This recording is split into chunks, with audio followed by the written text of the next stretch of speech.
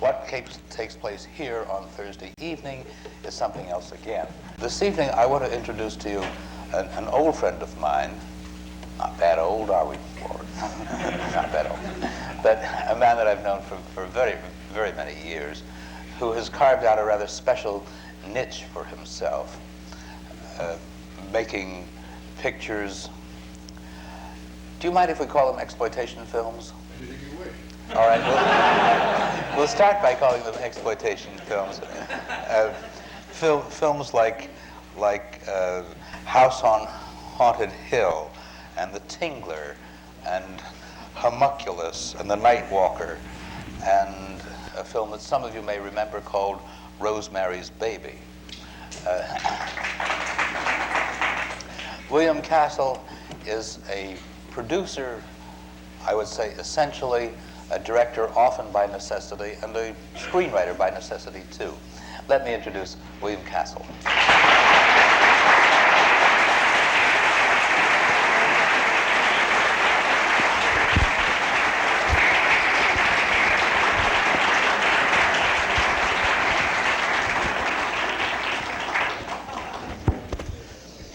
By necessity, I simply mean that he can't always get someone to either write or direct the films as well as he can himself. Thank you, Arthur Knight.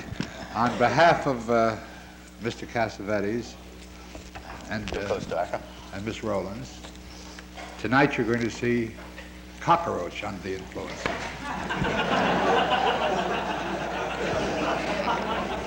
Well, we can't all be as handsome as John Cassavetes. This will be actually, believe it or not, the first unveiling of my film. So we'll see.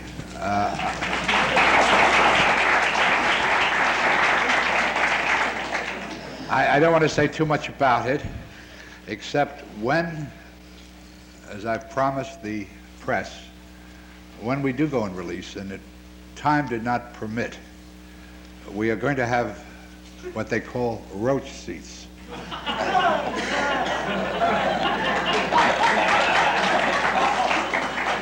Seriously. As a matter of fact, Mr. Wasserman is doing pretty good with Earthquake with Send Us Around, where they shake the Grauman's Chinese and put a net up. And we are actually underneath the seats in the theaters, having what they called roach around or roach feel. And you will sit and feel not your escort or your date, but the actual sensation of these creatures. Oh, you mean that kind of roach? That kind of roach. If you have seen as youngsters some of my epics, and I'm very pleased, of course, with Rosemary's Baby, you know I always, as a producer, came out with something special called a gimmick. During the Tingler, we had little things under the seats, and every time this lobster-like creature called the Tingler got loose in the theater, the projectionist would push a button, and these little things underneath the seats would go, and we buzzed the butt of every American citizen that saw the picture. And it was an amazing thing to watch, because I always go firsthand as a producer and sit and watch my films play. And I knew at the spots when the Tingler got loose what would happen. The audience didn't. And I watched the projectors push that button, and I watched that audience fly. And as a result, we called it Percepto. And then on House on Haunted Hill, which some of you have seen as youngsters or on the Late Show. Yes, but they didn't have the Phantom on the Late Show. They had what they called a merjo, and the skeletons came off the screen from Vincent Price's apparatus and went out to the audience up to the balcony. And on Saturday matinee, the kids would have BB guns and shoot these little kids. And the exhibitors literally would call me, and the distributors, and I'd sit in my office and they'd say, 6 skeletons lost in Des Moines, please send 6 others. Chicago, all around the country, they'd be losing skeletons. And we had a skeleton factory. And the kids would shoot them down as fast as they went. The first show I tried in San Francisco, the thing got stuck and got halfway up the wire and just dangled. Then we had Homicidal, the story of a transvestite, which was way ahead of its time. And we had what they call a money-back guarantee. Alfred Hitchcock, who has been a rival,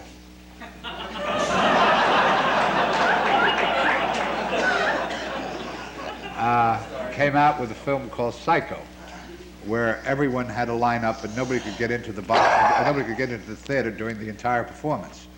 And he kept everybody out until the picture ended. People actually stood in line. Well, I'm not a fool. I want to get them in. And so I very boldly, and this is a true story, came up with a marvelous idea that if anyone in the audience could sit through the entire hour and 40 minutes of the film and not be too frightened to leave, they were allowed to stay. But if you were too frightened or too squeamish, at the hour and 38th moment, a big pause in the film, and my voice came on the track and said, "Ladies and gentlemen, this is William Castle. If any of you are too frightened to stay to see the end of Homicidal, please be my guest and go to the box office, and your full admission price will be refunded." The last 10 minutes are going to be so terrible you can't stand it. No, the last 2 minutes. Last 2 minutes. And Arthur and ladies and gentlemen, everybody turned me down. They said, "It's tough enough to get money in. Why do we give it away? Let's give tickets." I said, "No money." So like most studios do, they said, "Let's test it." Everything that you test. You never try, you test. And they picked the unlikely town of Youngstown, Ohio. And I hope nobody here comes from Youngstown. And if you do, I apologize, but this is not a town. And those were the days of the 3,000 seaters, huge auditoriums. It was an RKO house. And the audience had come in at 6:30 or 7 o'clock. The house was packed. And everybody was waiting to see the money-back guarantee. And the picture played beautifully. The audience was spellbound. And I sat in the back with my blue suit, and all the exhibitors from the RKO were there, and the distributors from Columbia. And we came to the fateful hour and 28 or 38 minutes, and the picture stopped. And my voice came over just as now to the audience. And ladies and gentlemen, if any of you have 1 minute to get your, and the whole audience went. I have never seen such an empty theater in my life. I could not believe that an audience would leave. But leave and run up the aisles.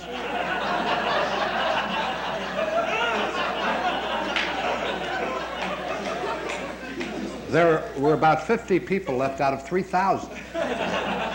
They were left there for the other people to find out how the last 2 minutes went. The guy hit me. The theater, the man from RKO, a big beefy individual who was booking the picture, hit me in the arm and called me a dirty name, which I shall not say here. Columbia turned their backs on me completely, and I was a lost soul, except the little manager. I remember his name was Vincent. He had a blue suit too. And he was the only one that spoke to me, and he said, "It's an amazing thing, Mr. Castle." He said, "These people came in at 6:30, and he said, on the break, nobody came out. They all stayed to see the film. And we had to turn people away who wanted to see the second show." And I suddenly realized this Youngstown, Ohio, were swindlers. They went to see the picture twice so they could get their admission price once. It was an amazing thing to see people sit through what people would do for $1. They sat through the picture twice to get the admission price. So we went to the 5 and dime store at midnight, got them to open up, and we got little colored cards, red, blue, green, yellow. And for each performance, we gave you a color. And if you got the wrong color for the performance, you were in trouble. And from that time, they stayed. But the amazing thing is that we made it very difficult to get the money back, because it's very difficult to. And we made yellow streaks and footprints going through the audience. And we had a box office, a second box office, that was swathed in yellow lights. And a loudspeaker saying, "These are yellow people. They're yellow."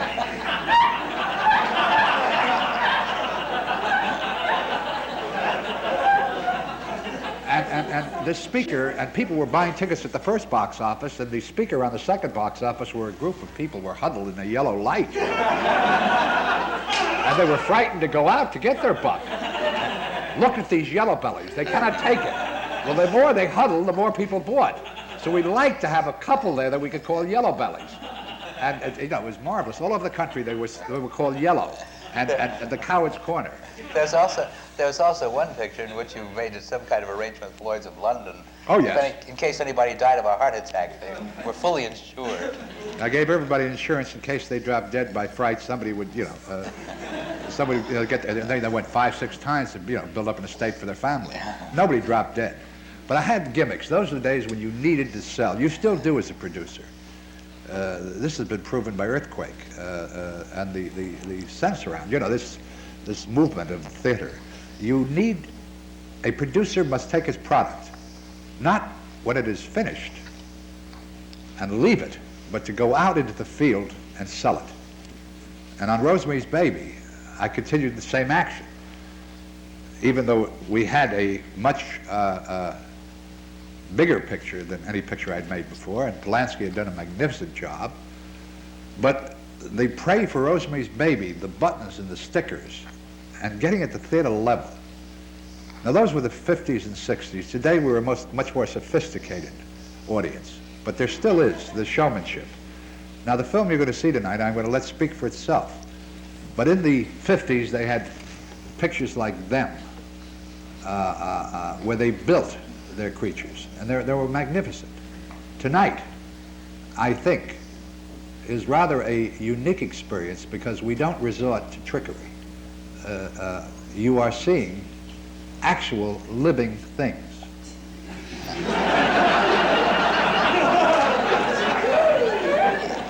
And I do feel that for the squeamish,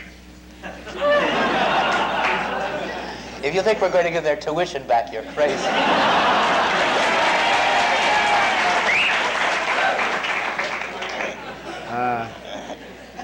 But tonight, after you see it, hopefully we can have questions and answers, and I'll tell you all my secrets.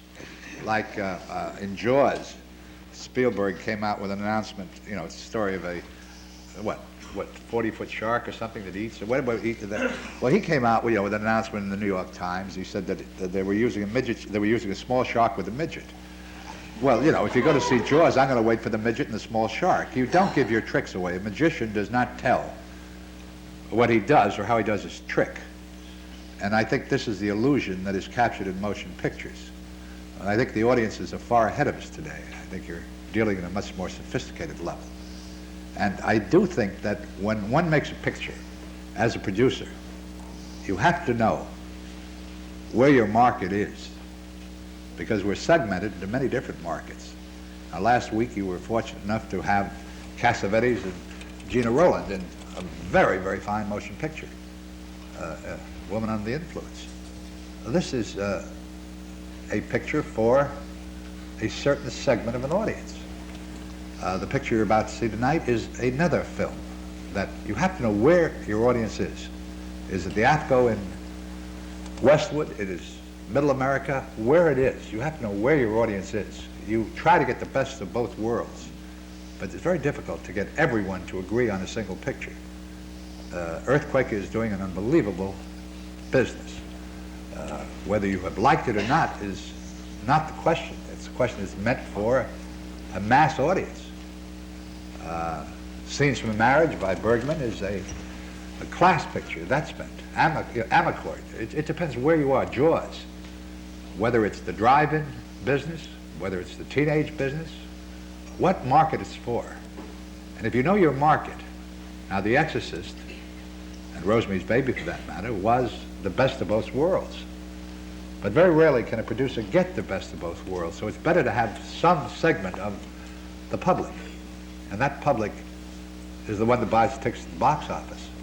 And you know that 85%, I think, of our audience today are young adults and teenagers. That is the audience you go for.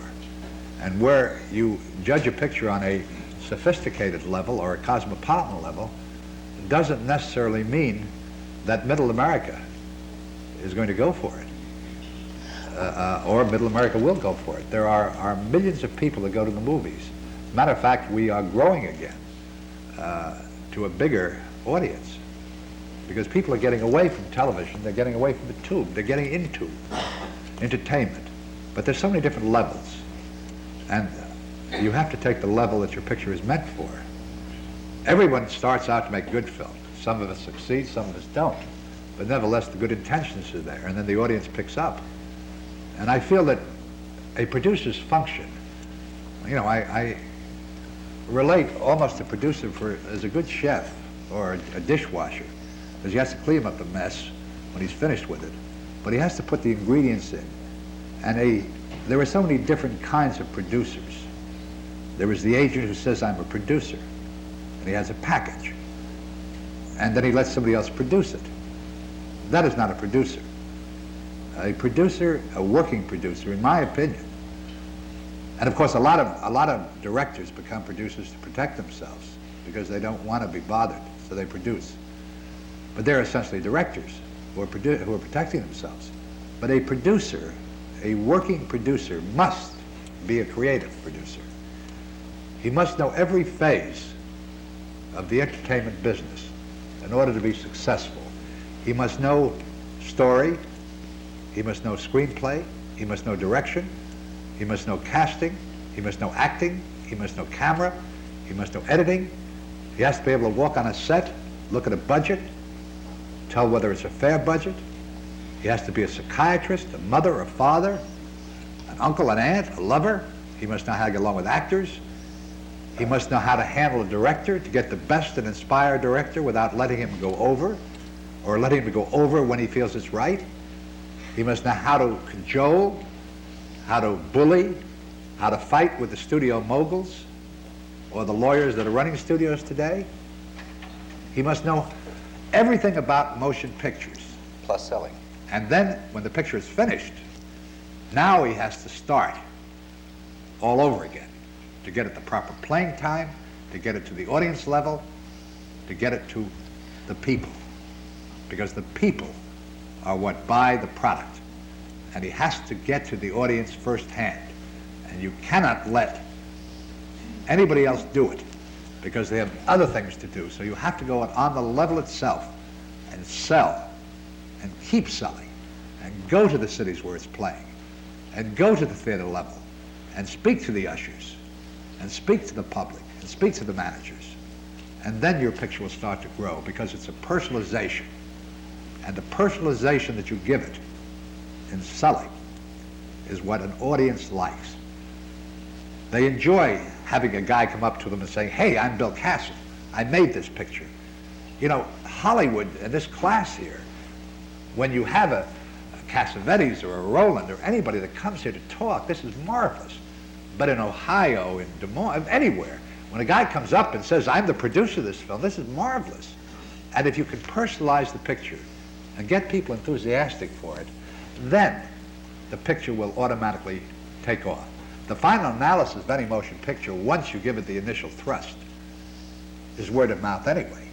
Because I like the picture, I didn't, you tell your friends. And then you have to find out what sells your picture. Is it TV? Is it periodicals? Is it newspapers? Is it radio? What sells the picture?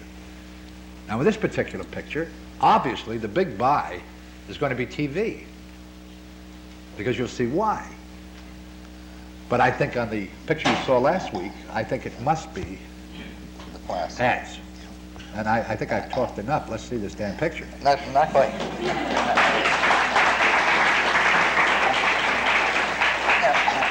I'd like to just point out to the class, 2 weeks ago we saw a film which I think all of us enjoyed, The Boy and His Dog. But I think one of the lacks that all of us sensed, and if you didn't let me throw this out for your consideration now, this was obviously a picture that the people who made it were very fond of. They put everything they had into the picture, both emotionally and financially. But this extra dimension that Bill has been talking about, this where is the audience for it? What kind of audience are we going to go for? How are we going to get it to that audience? Obviously, was a consideration that they had not yet faced, even to the point of worrying about the title and willing to settle for a title that they knew wasn't going to work for them until somebody had seen the picture, which just possibly might be too late at that point. I think if you just keep somewhere in the back of your mind as you see the films that play here in the coming weeks, this is a very important consideration, and a consideration that not all of the people who are producing films today give sufficient consideration to. Before putting the picture on, though, Bill, I'd like to spend another couple of minutes anyway in running down the various relationships that a producer has to a film. Let's start with the studio head, the executive vice president in charge of production, which would be, let's say, Bob Evans or John Calley. John Calley over at Warner Brothers. How closely in making a film for Paramount did you work with Bob Evans? Oh, he said good morning to me. Well, that's the least he could do. There are very few people in the industry today. He was busy on Chinatown.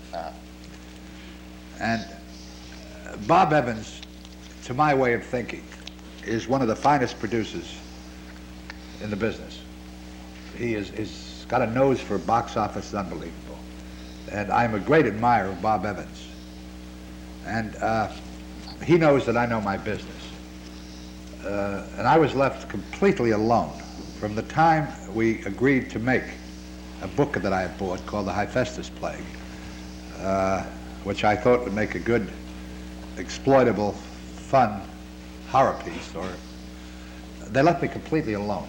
In other words, I'm a unit, and as a unit, I picked my locations, I wrote the script, adapted the script, and they did not see me or have anything to do with the studio until I delivered the picture, which is, quite unusual in Hollywood. Usually they stop you as long as I stayed reasonably within budget.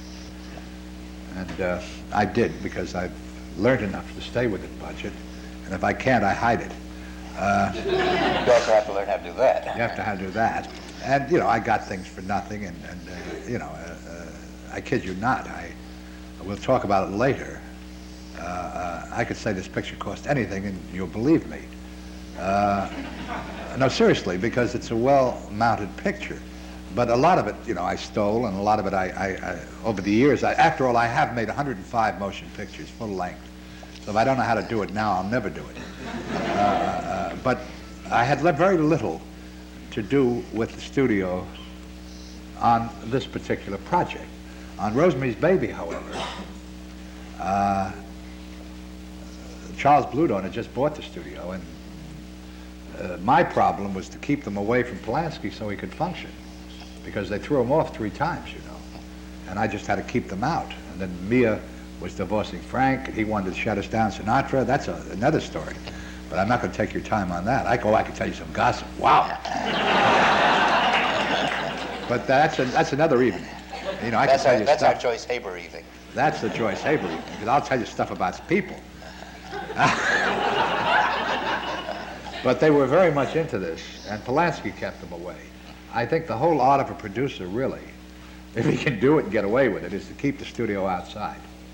Because nothing, and I mean this sincerely, and when you get out into our silly business if and when you do, and I hope you do because we need you, you will find that the less you have to do with committees, the better it is. It's like a lot of guys and girls getting together and saying, where are we going to have dinner tonight?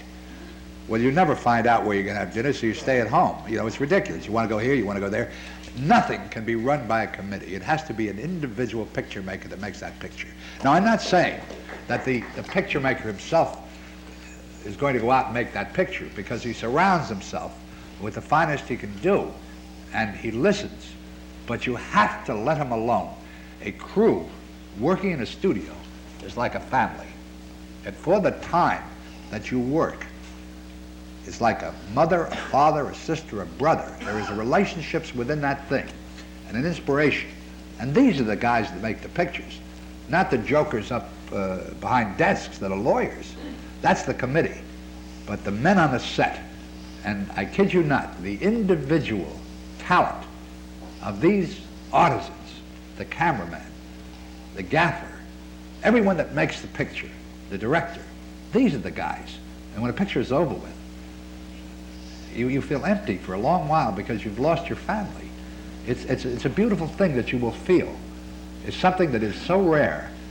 It's a special feeling of a group of people that say, we're going to do something. And the studio is the enemy. It is the enemy. And there is no man in the world that wants to be governed by a committee who don't know what the hell they're doing most of the time anyway, because they can't do it from a desk.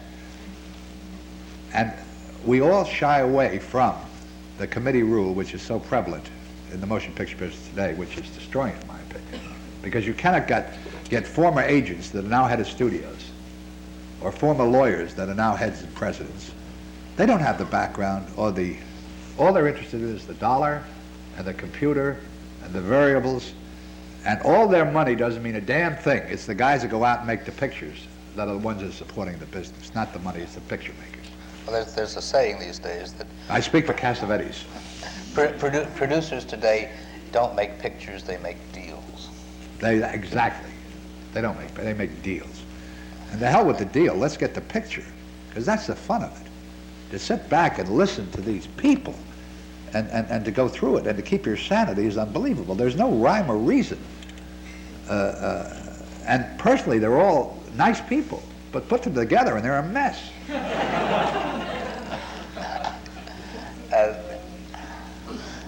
I would imagine, Bill, that you're in the same position as Howard Koch at Paramount, Preminger, who stays as far away from the studios as he can when he's doing Otto.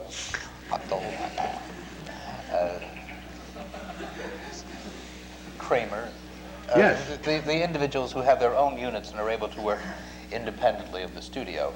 But when there is a studio head who takes that title of executive vice president in charge of productions seriously, is he able, I'm not talking now about Evans in relation to Chinatown, but no. Evans in relation to, God knows, whatever other pictures on the lot that's not yours. Well, let's take the various studios and let's go to Columbia.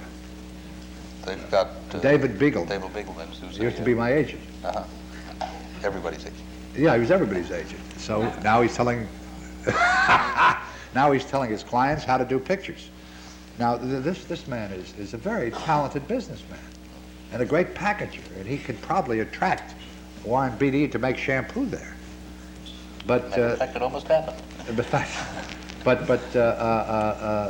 where is his knowledge of picture making? How can he stand up against the picture making? With what you told me of the deal he made on shampoo, where's his knowledge of deal making? Well, his deal on shampoo is ridiculous. How many of you have seen shampoo? How many of you saw me in shampoo? I had to, at a crucial moment, too. At the crucial, dirtiest moment in the picture.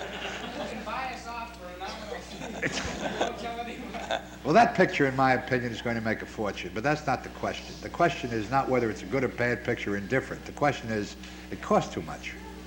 That picture cost, I think, about $4,200,000. And that's a lot of money. Yeah, get a lot of shampoos for that.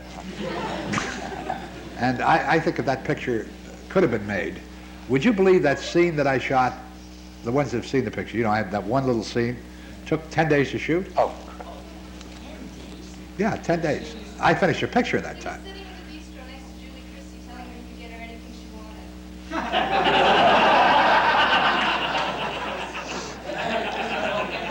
And she told me.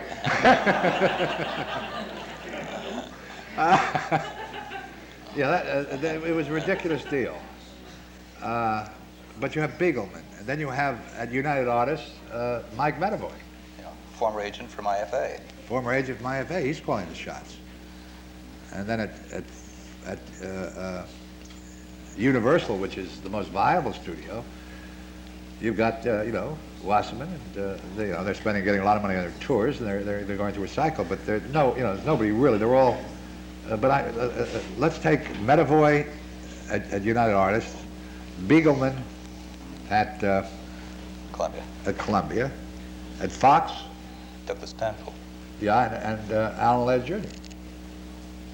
Oh, the Boy Wonder. The Boy Wonder. Well, I have a lot of confidence in Alan because he was in this class formerly.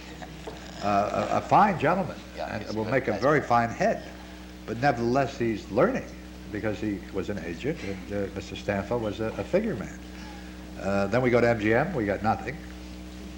Absolutely nothing there to speak of.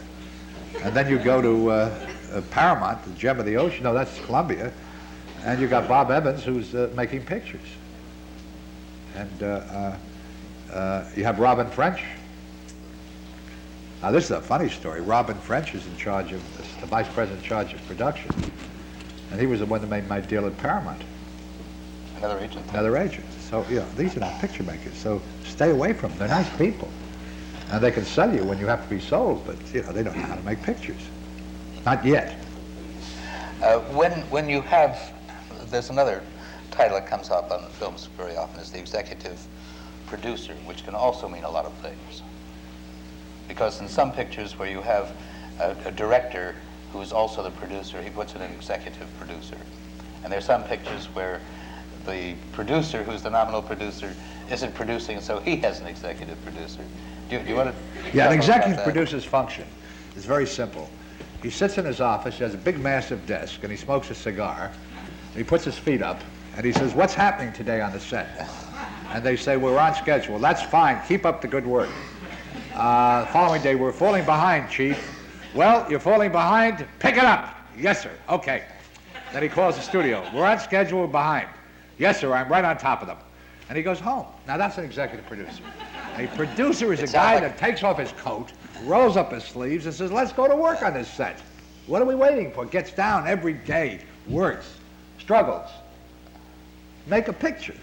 This is what a producer, an executive producer is a title that they try to give somebody where they want to pay them off. All right, there's one more kind of producer I'd like to point to. You have producers today, I'm thinking of producers like Chartoff and Winkler, Weinberg and Heller. Yeah. Elliot Kastner, people who are doing half a dozen pictures a year. Yeah, they're called ball bouncers. Except that on the screen it says producer. Now what they do is, it's a very smart way. Chartoff and Winkler are fine producers, both of them. And so are Heller and the other. They're really great. Yeah. Yeah. But what they do is they have enough balls in the air and enough deals that one of them's going to stick and they're going to make a picture. If you can survive this, they'll have 6, 7 deals going. Hopefully 2 of them will go and they'll have 2 pictures on. Because everything is a step deal today, a step. Tell them what that is. Do you know what a step deal is? Some do. A step is you have a script, and now you go to a studio, and somebody reads the script and say it's very interesting. Not a script, a book, or a property. And somebody reads it, who knows, maybe a reader or somebody, and they say it's very interesting. And then you go in and you go on a stepladder, and they say, well, we'll pay you, how much can you get a right of, what's your option? Well, I paid $5,000 for a year, whatever it is, against a purchase price of $50,000. How much can you get a writer for? Well, I got Joe Blow, he'll write for $5,000, he'll take minimum, he wants to get the picture made. Well, I'll tell you what we'll do. We'll give you a step. We will pick up your option. We will pay for your option, $5,000. We'll pay the 5 or 6 or whatever it is for Joe Blow to write the script. And you develop it. Well, what do I get? Well, you don't get anything yet. Well, how do I live? Well, that's your problem. We'll give you that. Now, that's the first step.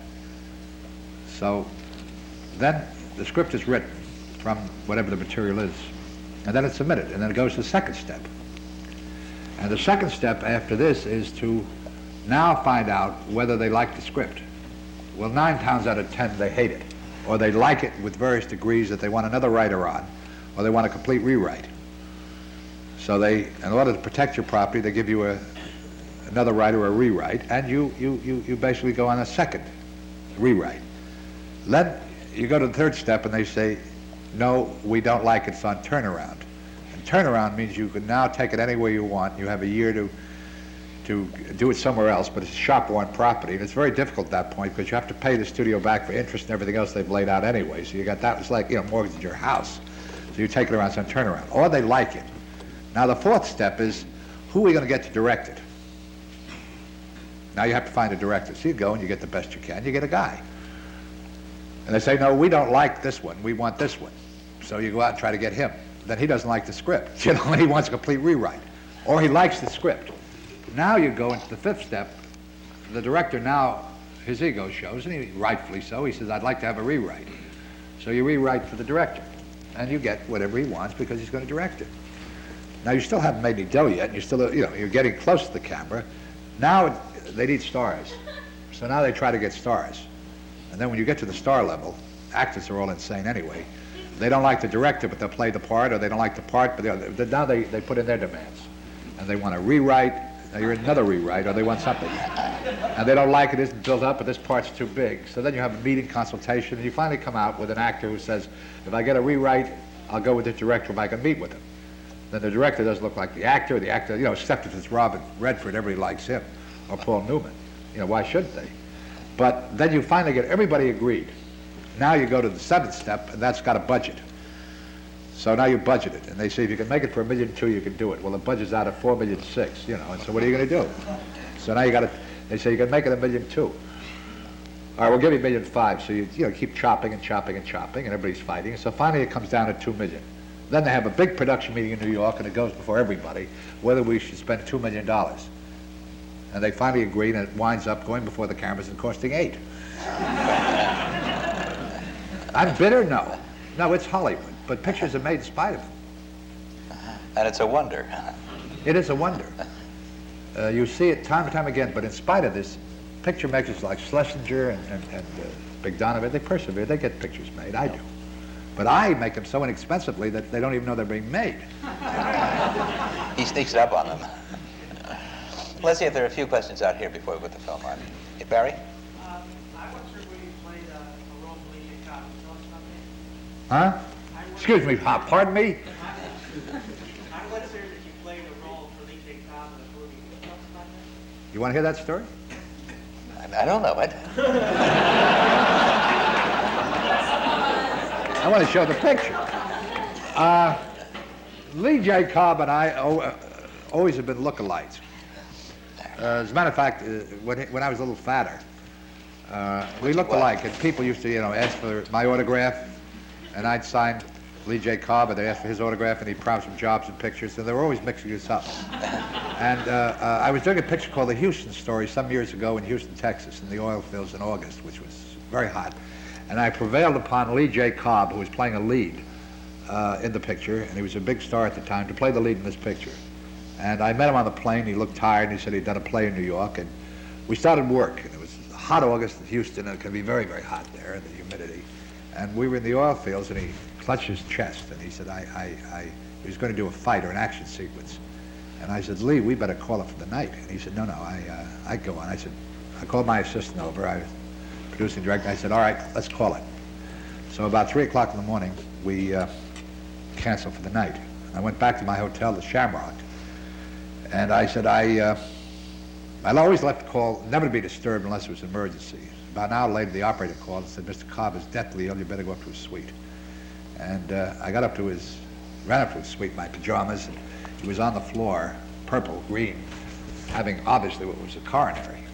And I called the hotel doctor and told him, and he said it was a coronary in fact, and I told I got the finest cardiologist in Houston, and we got him to the hospital. And I stayed with him an hour, and the doctor said it was a coronary infarct and we'd have to shut down. We had about 3 more days to go on the location. And as I left his room to cancel the following day's 9 o'clock call at the Cork room in the Shamrock with 500 extras, the nurse stopped me. I was still in pajamas. The nurse stopped me and said, "Mr. Cobb, you're sick. You cannot leave this hospital." And I said, "I beg your pardon, I am not Mr. Cobb." And she took me by the arm and started to pull me back into the room. I said, "No, I'm not going back in there." And so I said, "I'm beginning with all this life, all my life. I might as well go through with it." So I went back to the hotel with the 500 extra. I went to his suite, and you know he's bald and he wears a toque, and I put his toque over my hair, put on his clothes, and did all the medium shots and the long shots and closed the locations on the picture by playing Lee J. Cobb. And we got back. We got back into Hollywood, and the insurance the picture had paid had, you know, and now we shut down for 8 weeks while we got better, and we were all prepared to go again. And the week before we were supposed to start, he had another coronary. So this time we had to recast completely. We got nobody can really, Cobb is a powerful actor, and we couldn't replace him. We had all this cast waiting, and somebody came up with the unlikely choice of Gene Barry, who, Pat Masterson in later years. So, you know, we had to hurry, so we cast Gene in the part that Lee J. Cobb played. So he finished the picture, all the close-ups and you know, the interiors. And if you watch for it on television, and you'll see it, just watch for the Houston story, some night about 3 o'clock. And you will see a very funny spectacle, and now that you're aware of it, please look for it, because it's very amusing. You'll see me running down the street, a medium shot of Lee J. Cobb, a close-up of Gene Barry.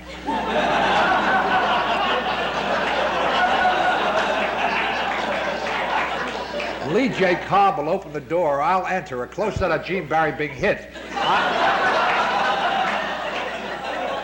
I fall to the ground, and Lee J. Cobb lies there. That's the Houston story. It's cool.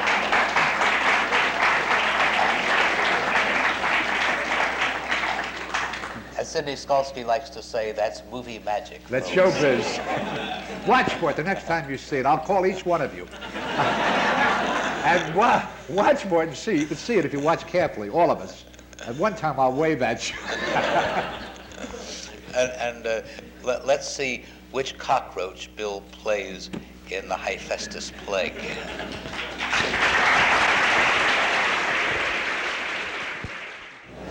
During the intermission, one of your fellow students suggested that the film the title be changed to A Boy and His Bug.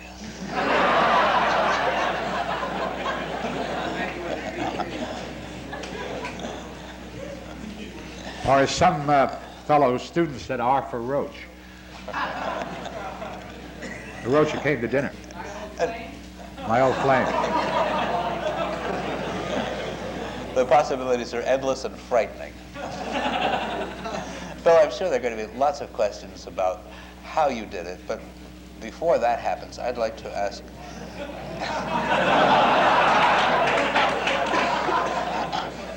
like to ask, when you prepare a script like this, do you have a consideration of the technical difficulties that are going to be involved?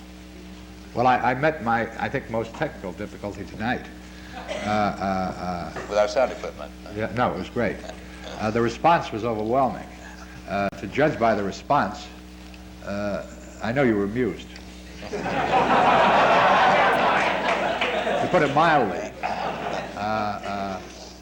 unfortunately, a lot of work went into this thing. And if you think it was easy to get the technical aspect of this thing, which you rarely have ever seen in a motion picture, you're out of your mind. Because this thing took many, many months of hard work and sweat. And it's you can laugh if you wish, but someday you will be faced with a similar problem, and you either want to learn it and get it straight, or you want to kid. Now, if you want to learn it, I'm delighted to tell you anything you want to know. But if you're going to make fun of it, which is your privilege, then I shall be as facetious as you can be. So let's play it right from the shoulder. I'm here tonight not to get your approval, but because I'm a friend of Arthur Knight's and because I respect you people. Now, if the respect is not mutual, then I must say that I'm in the wrong place. I hope we're filmmakers together, and I hope someday we'll have the privilege of working together. And I'm here, and I clown around a lot, but if you want to know how certain things were done, and you want to play it on the level, I'll tell you.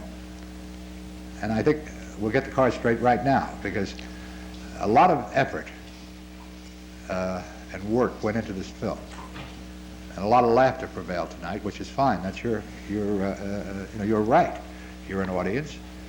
And, but nevertheless, I think this picture has its market, and hopefully it will find its market.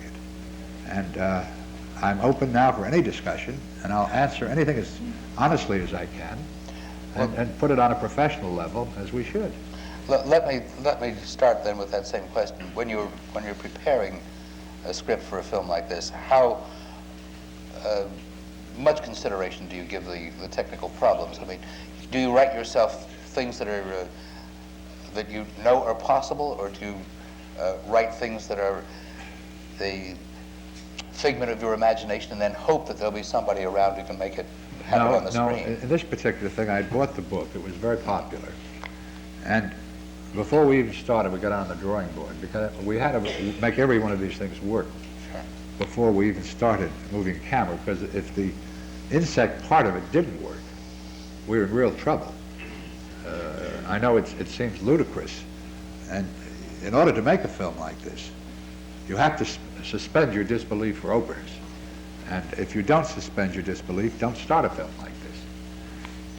Because, you know, if you can sit back and say a roach writes on a wall, which is utterly ridiculous, but it captivated me, the challenge to be able to try to do something like this. And so I got Ken Middleham, who is a professor at the University of California, Riverside, and we worked together. These roaches came from South America. They were studied at the university. They were studying at the university, and they were the property of the universities, and we weren't allowed to take them out of. We could take them over to Ken's lab or stay within the university. And so therefore it was a very Herculean job, because they were difficult to work with, and they were there to study. And we managed to do it. And a great deal of the macro photography you saw, it was months and months and months to achieve it. And before we even started, we spent several months in just making tests to see whether in effect it would work. And when we found that we had the woodwork, in essence, the only thing we didn't have, and which was driving us all crazy, was the bugs that came out of the pit. Now that was not animation, that was live. And that was the most difficult part. And we'll get around to that later. But this was all designed, and we were given very little money. You know, it's very easy to get $10 million to make Earthquake, or Towering Inferno, or Jaws. This was made, frankly, and I'll tell you, for a little over $500,000, and that's very little money.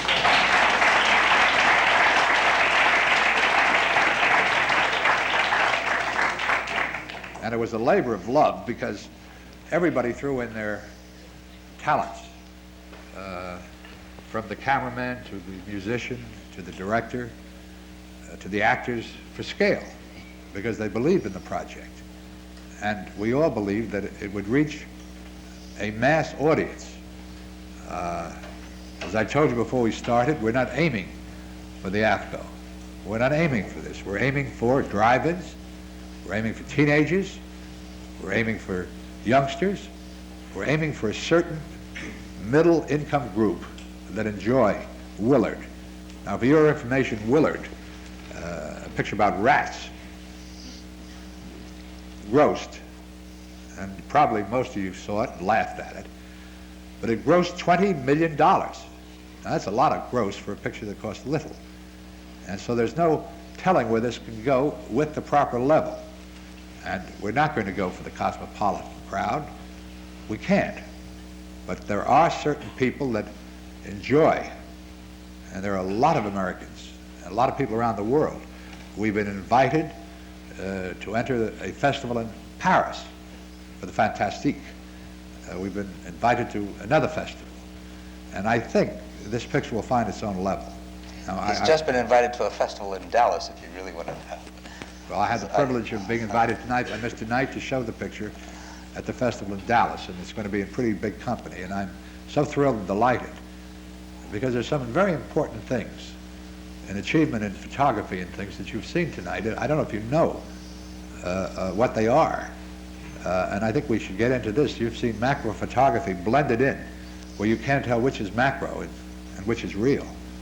And I want to get into many things to be able to pass what I learned, and I learned a lot on this picture, to young filmmakers who possibly will go forward. Now, you're not going to all make pictures like this. You're going to make some other type of pictures. But nevertheless, this is a worthy experiment, and I want to share it with you if you'll allow me. This is the whole purpose of my being here, to share. And this is why I'm here, and I'm at your disposal, and I'll stay as long as you want.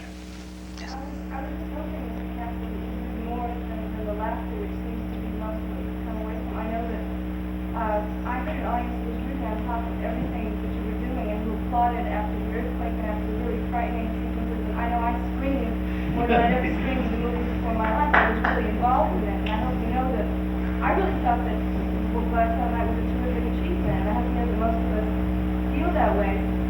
And that we were very impressed by the photography, by the effect. I'm flabbergasted at what you got for $500,000. And some of the laughter, you know, was nervous and anticipatory laughter, just waiting for what was going to happen. I thought it was terrific, and I want you to know that. Well, if that be the case, I apologize to everyone.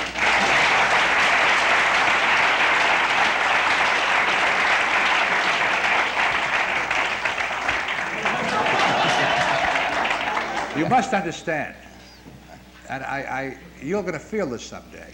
I guarantee it. A producer who makes a film, or director, or writer, coming down, is scared stiff. Now, you may not believe it. I made 104 films. I sat there, and I was scared of you, really. You cannot believe I should be far above you on a pedestal as the great God, but I'm not. And I sat there, and I watched, and I listened, and I said, they're screaming, I think. And I said, I hope they like, you know, we're just as, you know, it's a very traumatic experience to show a picture of a bunch of guys like yourself. But Bill, you weren't upset by the fact that they were laughing? I was upset by nothing. I really wasn't. I hoped and prayed that they enjoyed the fun I had out of making the thing. That's the only thing. I hope they did. No, I wasn't upset. Much. No, I wasn't upset, Arthur. I felt, I did not feel an alien audience at all, because I know when somebody screams, and when that roach fell on that hand, and I know when it went in the ear, and I know everything, certain things. No, I felt that I was among friends, and I still do.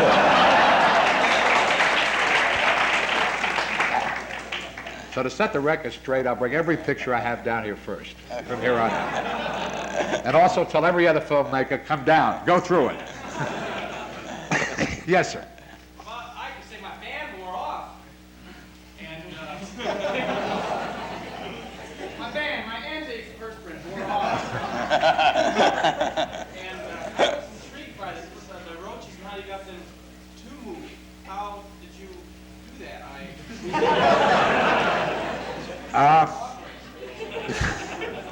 Roaches are not very cooperative.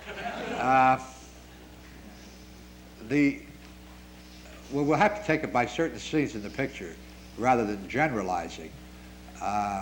So is there any specific, well, let me come back later to this, and then we'll open that, if I may. Do you mind? How did you get a roach to crawl on somebody's body? That was very difficult. Hard on the actor, too, I think. Yeah. Now, I'm really going to be at your disposal because you're going to have to, you'll laugh this up, but when I signed the contracts with the actors, they were very squeamish. And believe it or not, these roaches are like this. And, you know, and we sent them to roach school for 3 days. Before we started shooting, nobody wanted to do it. They wanted doubles to do it. The most squeamish was Joanna Miles, and she wanted to back out. And we sent her through 3 days of handling them, learning to stand them, not love them, and allowing the roach to, you know, crawl and do things. Jamie Jackson Smith, when she got it in a year, that was quite a feat, because we had to get her to handle the roach, to put it on her face. The roach itself, South American roach, is harmless. You know, we give it, it eats meat, it makes fire, it's all science fiction. But the roach itself is not a dangerous. And Brad Dillman, when they crawled on his body, that was Brad Dillman. And they're harmless, and they learned this in 3 or 4 days just working with them, and that's how we were able to get the actor to tolerate it. Yes, sir. Yeah, there were a couple of places when they were on the wall forming things, and at one, I don't recall what layer it was, but it did look at one time as if the film had been run backward to make them do so. Well, that's how we did it. You're very, you know, you're picture students. The average audience is not going to pick that up. Because it's only somebody that's in cinema. Well, I only noticed that even I didn't. Yeah, it's at one point. The rest of them didn't look that way. No, they're just the one. I may try to fix that before I send general release, because what we did on that is we gassed the roaches, put them to sleep, and then we put them in the formation of the letter, like Paramount. We spell out the word, put them on the wall, and then when the stop camera. We waited until the gas wore off, and then of course they moved out of position. And then we speeded that up, and then reversed the film that you saw, and then they you know, looked like they were writing, but they were going from formation where they were formed to you know, scurry, and then reversed the film. They looked like they were forming a letter. Did you do your macro photography first and then build the scenes around? No, it was a combination of both, because doing macro photography, sir, and trying to combine it with live action never works. It looks like two separate pictures. I've seen too many of them where it looks like two separate pictures. So I made up my mind that there had to be a coordinated effort between the two directors to actually blend the macro with the live action, or I mean with the actors. And every day, outside of many meetings and working, every day, Ken Middleham, who did the insect, and if you saw the Hellstrom Chronicles, that was one of his works. Every day he spent, he got a call with the rest of the crew and stayed on the set and did all the work with the actors, the work where the roaches crawl over Brad, John's ear, the telephone, even into the helmet. And then that was looked at. And then he took clips back to match the lighting and match the thing in his lab. And then did the macro, and then we tried to integrate so it would look like it was going from one thing to the other without a cut. In other words, going into the pipe of a car before he took over. We went in first to give him the move-in before he took over. So it was all a blending. So it was difficult to tell which was which. But he was with us all through the picture, and for 6 months afterwards, getting the final result. Many hundreds of thousands of feet of film were shot and screened and discarded, back to do it again, back again and again and again, because it wasn't quite right. And then finally we came out with this, but it took about 8 months to get the perfection as much as we could for the limited budget we had that was on the screen tonight. I think one of the best things in the picture, really, and one of the most difficult things, was, and I watched the reaction of the audience tonight, and it was a fantastic reaction, because it's the way I feel. It's something that is almost mind-boggling to work out, is when the second generation, that big Madagascar roach, jumped on the first generation, It looked something out of medieval times and set fire to it.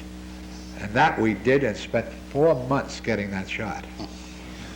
4 months to get that shot. This is one of the great shots technically in the picture. I was interested in, there were a couple of shots in two separate sections, but the one here in particular, when Brad Dillon is out of focus in the background, and in the front, in very sharp focus, there are the large roaches climbing their way out of the one after another, and there's one particularly long shot in which several of them come out, and I wondered how you did that. As a matter of fact, I was right by the box myself.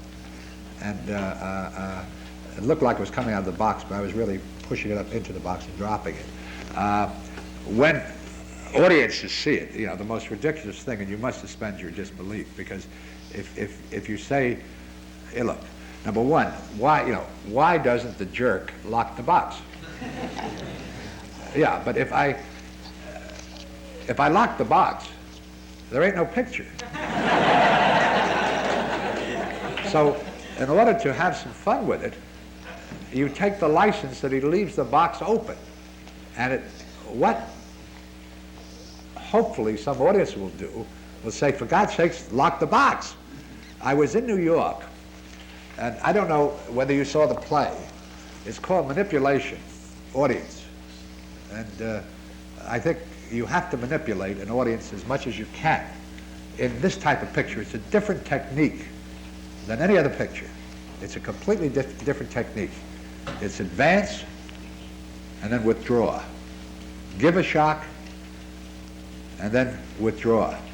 Give a little bigger shock and then withdraw. And then if you can do 5 spots during the picture where you advance and give them a jolt, then you can go back and they'll wait for the next one. And then they'll start to anticipate. Every time a phone rings, you'll say, oh my God, something's in the thing. Every time you see a car. In other words, what I did get out of tonight's screening was that you were trying to be ahead of the picture. In other words, you were trying to second guess me. And it was fun to watch you try to second guess me. It's going to come out of this car. She's going to get it. He's going to get it. And you were trying to be ahead of me, which you're supposed to do in this type of picture. And it's to give you a jolt and then go back. Now, sometimes logic goes out the window, because you cannot make a picture like this if you get logical. If you start saying he should have locked the box, of course he should have locked the box. Or for God's sake, turn on the lights. Or for God's sake, turn on the lights. And if he's, you know, why does he breed them? You know, if you're going to ask the question, why does he breed them, then don't go to see this movie. Otherwise, that's what this movie's about. But one other part of it that pleased me so much was the way you hold that anticipation, as in the scene with the cake box. Yeah. You just keep waiting and waiting and waiting for that woman to finally get what you know is going to happen to her, but it never happens. You know, she's standing at the sink and the camera comes close to her and you say, there's where she's going to get it. And then she moves and... Now this is very interesting, Arthur, because there are 2 ways of doing this. And which is right, which is wrong, you could debate over and over again. You saw both of them in the picture. We did shoot footage where the roach left the box, and where it crawled out of the box across her lap and started to go up her dress. And then you saw it crawling up her back. And we looked at it, and the debate was, which is the best?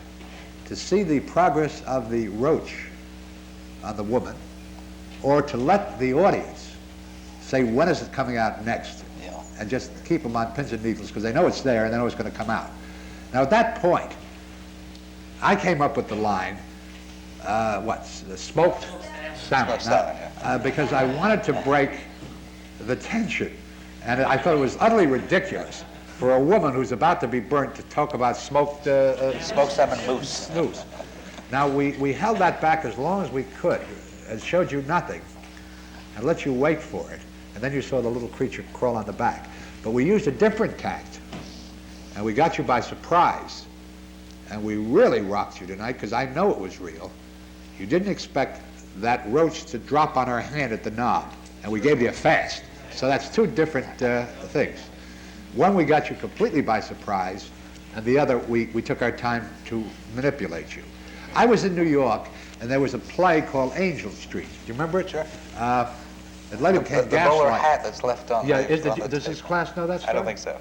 It's a yeah, it was a very interesting thing. Was that done in rehearsal? Was that? No, that was a full play. Was it? I know, but I mean, was that an accident or was that staged that way? It was.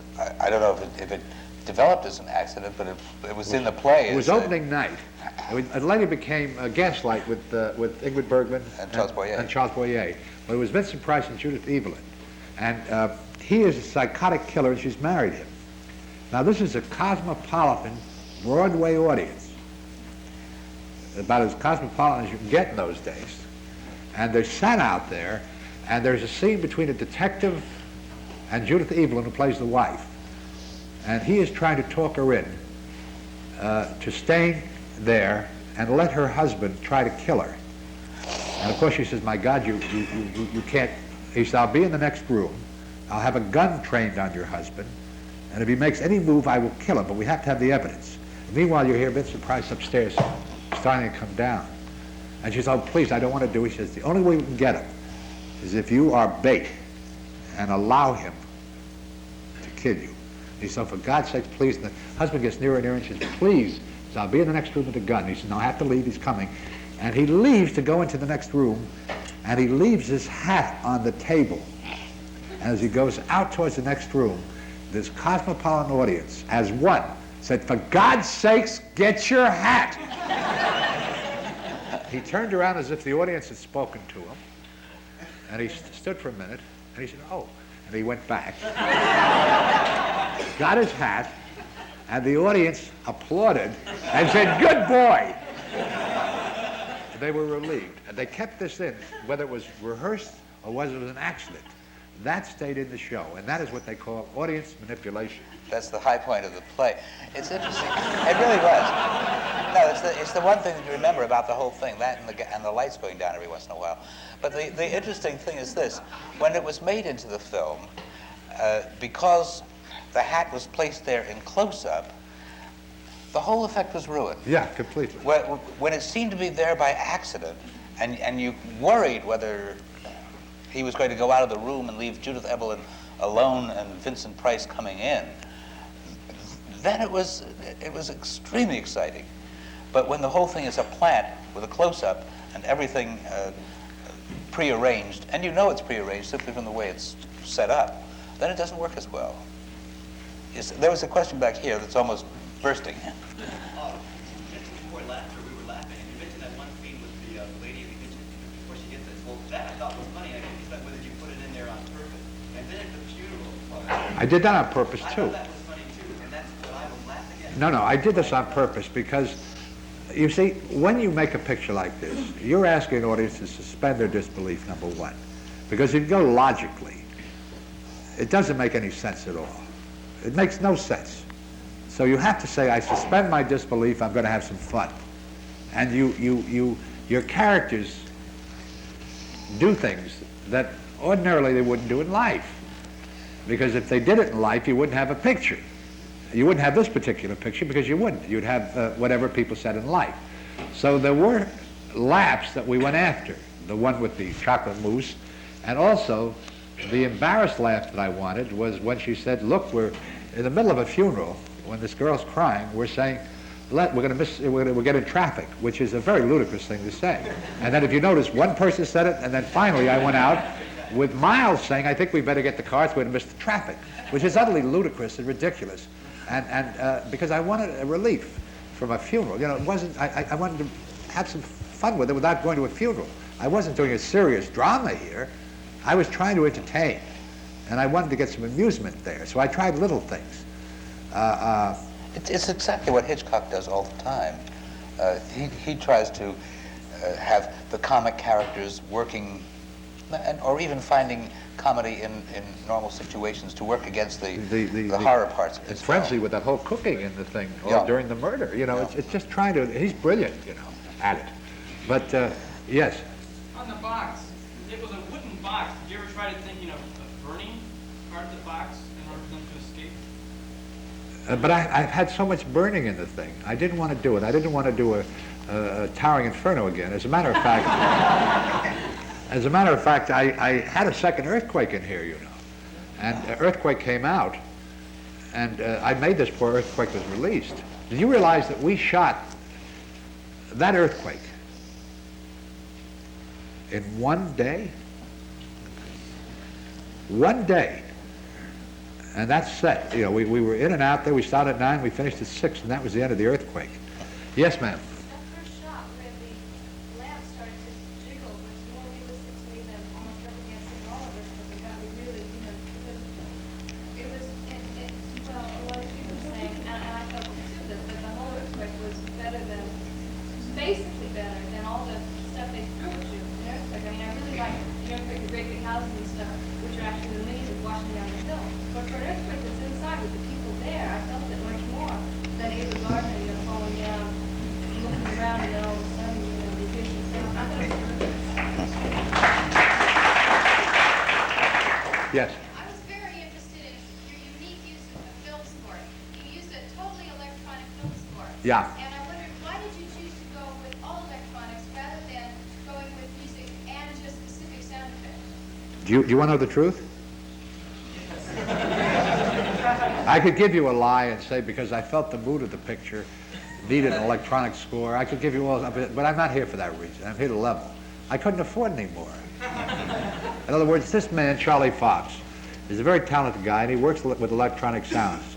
And the cost was 1/4 of what I could have gotten a score for it, and it was just as effective, I think. If I had, I thought it was very effective for this picture. And yes, gentlemen, yes. I'm very interested in the gimmick that you're going to use for the theaters. And I was wondering if you're releasing it citywide, like exactly how many theaters is going to have this, like in one city, and also can you give us maybe some lighting on what it's going to be? Yeah, I can tell you pretty much the plans at the present moment. There will be, and I've done it before, so it works. There will be certain sections of every theater that will be rigged for roach seats. You kidding? No. And you will ask at the box office where the roach seat is. And you actually, of course, in some theaters you don't need that. They have it. But then we will plant on, say, the 3rd row, the 5th row, and over in the side, or somewhere we'll plant the gimmick, which I have. The Tingler. It's a Tingler gimmick, and you will feel when those roaches start to crawl up her back. For argument's sake, the one place I will use it is when she's reading the cookbook, and you're waiting for that roach to come up. You will feel something crawling over your leg. Oh. And then we are planning, and I don't know if this is true yet, to give you the same type of sensation that you got in an earthquake when you hear all around you. We're trying to use the same system. We can make arrangements with Universal to use that center surround, so you'll hear the noise almost all around you of those, because I think the sound effects here are marvelous. And I think you'll oh, and incidentally, those sounds you heard were actual sounds of these insects. They were magnified to a great degree, but that is what they sound like. And if we can have it surrounding you, and you hear it on all sides, you'll get the feeling that they're all around you. I can only tell you, I was sitting back there where somebody just brought his dog into class, and just at the crucial moment, one of the dogs started nuzzling me, and I jumped him by. It'll work. Steve? Arthur, do you want to pick the ones I Yeah. may be doing somebody a disservice? That's right. How did you do the shot where the car exploded in fire with people inside? That was very interesting. That was done. I wasn't satisfied with it, and we brought it on a stage. And do you know, have you ever worked with magician's paper? You know, that little white paper you can get in any magic shop, and it goes, it's a little white sheet. And if you go to a magic shop, you say you want magic fire paper, and you put a cigarette to it, and it goes right up. We fill, and it's not dangerous because it doesn't burn. It goes out so fast. We surrounded the entire front, the entire side of the car with those sheets, hundreds of sheets of that paper, and then put it inside the car. So what you saw was actually the magic paper going up. And at just a moment, and the actors could stay in there and tolerate it because it doesn't burn. And that's how we got that effect. Yes. A point where the lady ran outside of the house and the roaches were attacking her. Was it meant for the scene to be that dark that you couldn't make out when you came outside and found the body? I couldn't tell whether it was a skeleton of her or what. I tried to do this in such a way that you would ask that question, or an audience would ask that question, that you weren't quite sure what you saw, whether it was a skeleton or whether it was just two shoes. And I purposely did it dark so that you could draw your own conclusions. Actually, it wasn't a skeleton, it was just two shoes, but we tried to get the illusion of something there, and you have to say, is it or what is it? Rather than being obvious and showing a whole skeleton, which I didn't want to do. We just had the shoes there and did it dark so you weren't quite sure what you were seeing, just an object. Yes, sir? How did you get that mark moving down the center of the church and the earthquake center? It looked like there was a ripple going through. Yeah, that I did. I worked on a picture many years ago with George Stevens, and it was called Penny Serenade. I don't know if you've ever heard of it.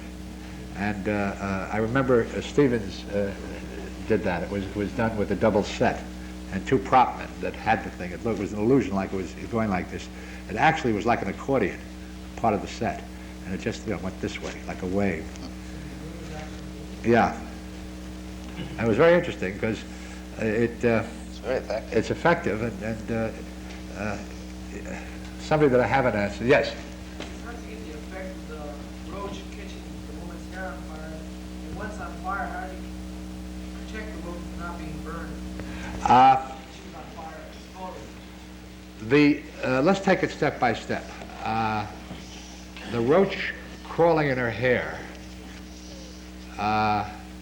we did on the stage, where you saw the roach go into her hair. It was rigged with a little pipe in its back that made a spark and a flame, but it would not ignite into the wig, which we had prepared so it wouldn't catch fire. So what you saw was the little pipe in the roach, and you saw it crawl, and just on the side of it you saw this little, you can't see it of course, you saw a little emission of spark and flame. This was on a wig that she was wearing over her hair to match her own hair, and it was so treated that it would not ignite. Now when the hair ignited and you saw her, we again used the same thing we did in the car when it exploded. We used that fire paper. She wasn't quite sure of it. I put on the wig myself, and we put the paper on it, and we put a match to it, and went psst, and nothing happened. And then she was willing to do it herself, and of course there was no feeling at all. It just psst. And then on the back, when it went up in flames in the back, that we used a double and a wig, and we burnt the wig, and it was just like that. We had to get it off, And then of course when she was on fire, that of course was a stunt double, because that was a total fire.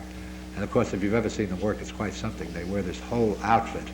Have you seen asbestos suit? Yeah, asbestos suit, yeah. And they have 3 or 4 stuntmen on the set, and they have a doctor on the set. Really, it's a very dangerous thing, because if they run out of oxygen, they can kill themselves. They can just hold it for so long, because they have air for just so long, and then they breathe fire.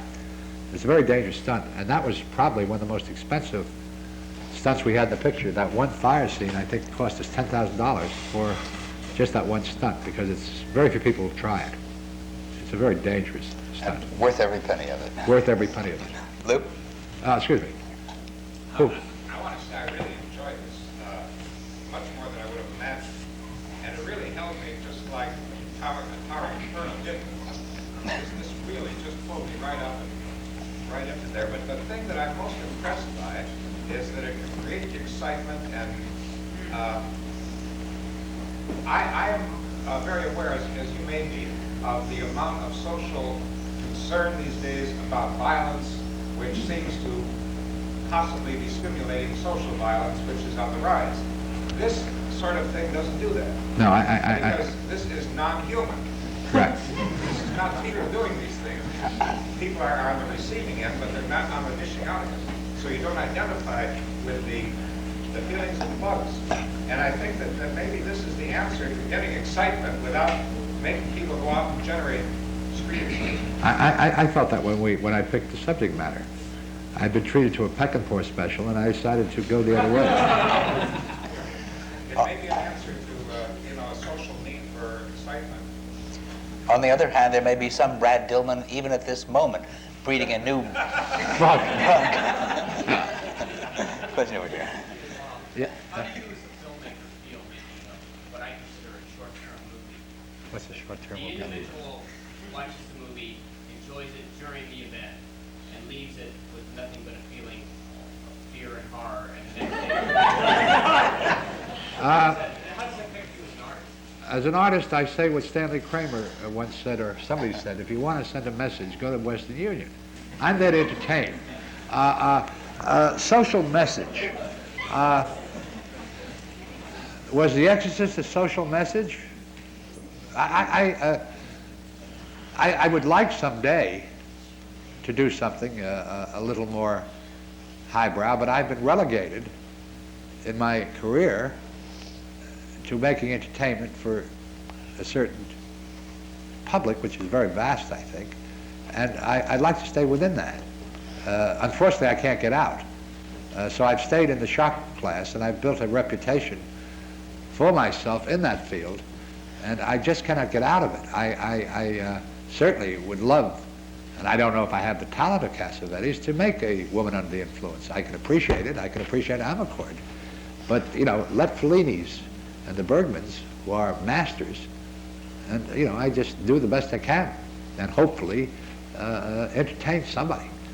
But Bill, on this, do you make a differentiation between Hephaestus Plague and Rosemary's Baby? Yes, of course.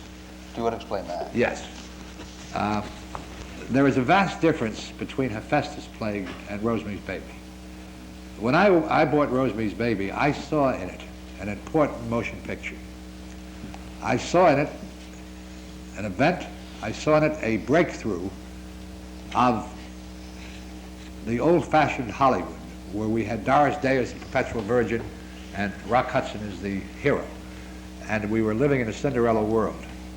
And I saw for the first time that the possibility in this novel was so deep that possibly the audience was ready for it, because there was an unrest in Hollywood because people were not believing. They were tired of the Cinderella aspect, of things that weren't.